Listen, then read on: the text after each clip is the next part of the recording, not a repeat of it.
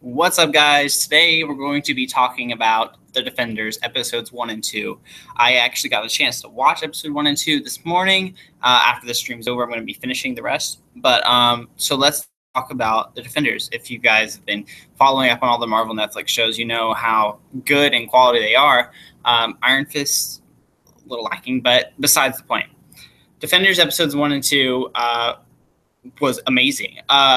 I thought it reestablished the characters that we've may not have seen for a while, specifically Daredevil and Jessica Jones, who it's been a year at least since Jessica Jones came out. So reestablishing all these characters and like where they've been and what they are now, they did perfectly. I thought perfectly. Iron Fist, I like a lot better in Defenders than I did in his show.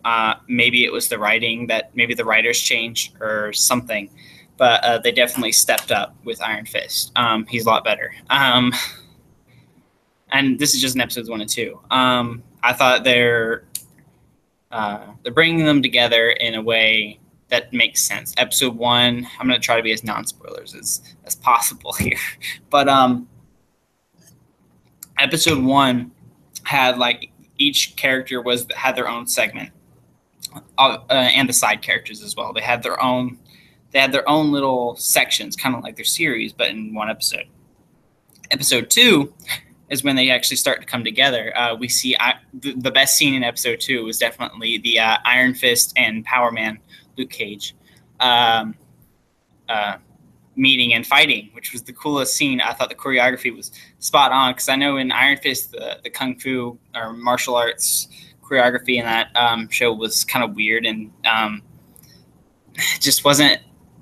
It was weird, but in this it was really cool, because you had Iron Fist just wailing on Luke Cage, not affecting him or anything, which was really cool. And then of course at the end, with Daredevil and Jessica Jones meeting, which was really cool. Honestly, my favorite of the Defenders is Jessica Jones, and I love her character in the show too. She's very intense. She can be very intense, but she's awesome.